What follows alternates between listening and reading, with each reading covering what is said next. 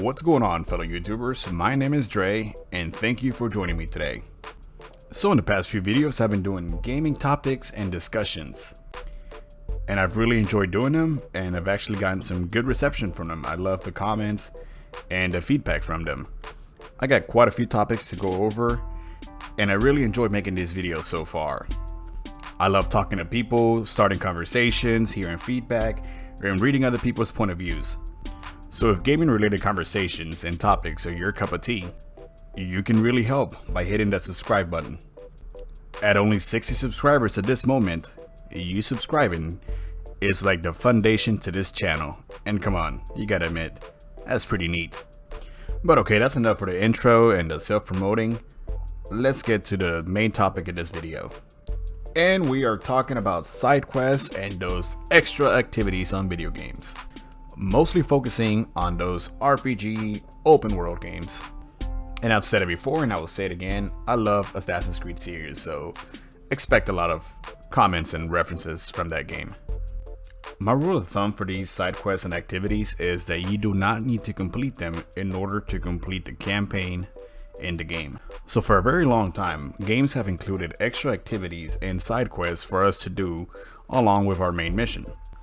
I'm pretty sure a lot of us grew up playing these games where even after you finish a game or while playing the game, you wanted to collect 100 certain items or, find all these mystery things hidden throughout the place. And due to technical limitations, back then it was a lot easier to get away with these extra activities and just play them off in some dialogue saying you have to collect these if you want this specific reward. But nowadays, side quests and activities should meet certain criteria in order to be worth your time. So this is my opinion on what I think those criteria should be. And first things first, I would say good writing with good dialogue to go along with it. I think at the point that we are now with such huge open world games that are so immersive, we need dialogue to go along with these quests. Gone are those days where we should read a bulletin board to tell us to go kill a random enemy and then we're automatically rewarded a certain amount of money. Or like in Assassin's Creed Black Flag, where you would just get a small paragraph on why this certain Templar is bad and you just go ahead and kill him without any actual dialogue or any actual backstory besides just read this, he's a bad guy, kill him.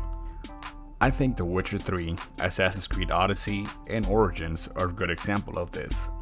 The NPCs that give you this quest give you some backstory and even their own name and make you feel like you're part of the world and that your actions would actually affect this specific NPC in their life in the game.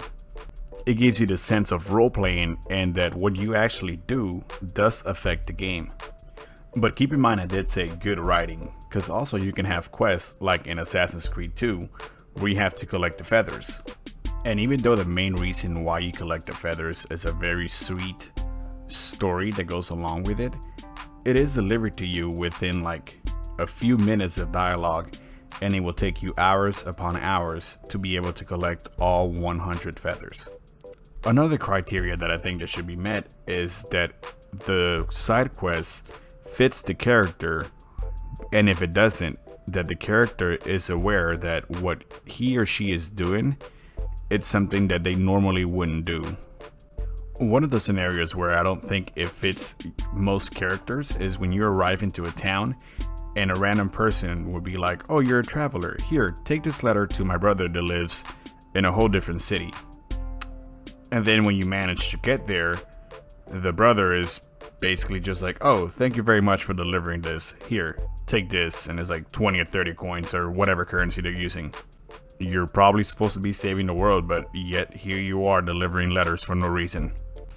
There should be a reason for you to want to deliver that letter or want for you to get this thing done.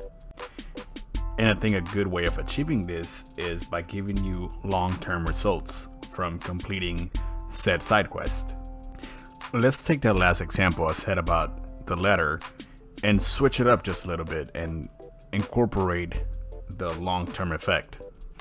So instead of delivering a letter to just two random people that want to stay in contact with each other, You're actually delivering a letter that it's warning the other person of an attack or a raid. Let's say the first person trusts you because, you know, you're probably pretty strong, or you'll be able to manage to get your way into town without being recognized. But if he goes, he's gonna get recognized. You get to the town, deliver the letter, and hey, an attack's coming, you should prepare. It helps them fend off the attack and prevent either, you know, the city or the camp or whatever from being destroyed. But if you chose not to deliver that letter, you know, you get there and eventually it gets destroyed, or there's an attack and, you know, multiple casualties or whatever result of this happening. And again, not to be mistaken from the main story, because this has happened in a lot of games where they do this as part of the story. This is specifically on a side quest that your story has nothing to do with this. This is just part of the open world that whether you chose to or not to deliver that letter, your main story is still going. But now in this open world, you know, this town or this city or camp is now either destroyed or was able to fend off an attack because of the choices that you did on this, you know, random side quest. Plus, it gives you a feeling of, I'm playing this game the way I want to play it. You don't always have to be the most nicest person there is in this world that's going to defend every single person that asks for help. You know, you can be a person that, if you don't want to help and you could care less, hey, let that town be destroyed. You don't got time for that. One of my final point is to switch up the rewards. Of course, we expect the traditional XP, gold, and gear. But whenever the side quests give you a quest item, oh, they just make it so much worth it. Like if you help a certain person retrieve their vehicle and they're so thankful they'll let you have it, and now you have like a really neat looking vehicle that you can just drive around and, you know, play the rest of the game. Or that you chose to take someone's place in a gladiator fight because they were injured, and at the end of the match, you know, the side quest, you get to keep that gladiator outfit. It's nice. I get to wear this for the rest of the game and, you know, use it in my cutscenes if I want to. But before I keep rambling on for God knows how long, what I'm trying to say is that side quests and extra activities in games can be a great addition to them, as long as they are made properly. Because at the end of the day, developers want you to play their game for as long as possible. And these side quests are a great way to get people to stay along and play for a lot more time than they need to in order to just complete the story.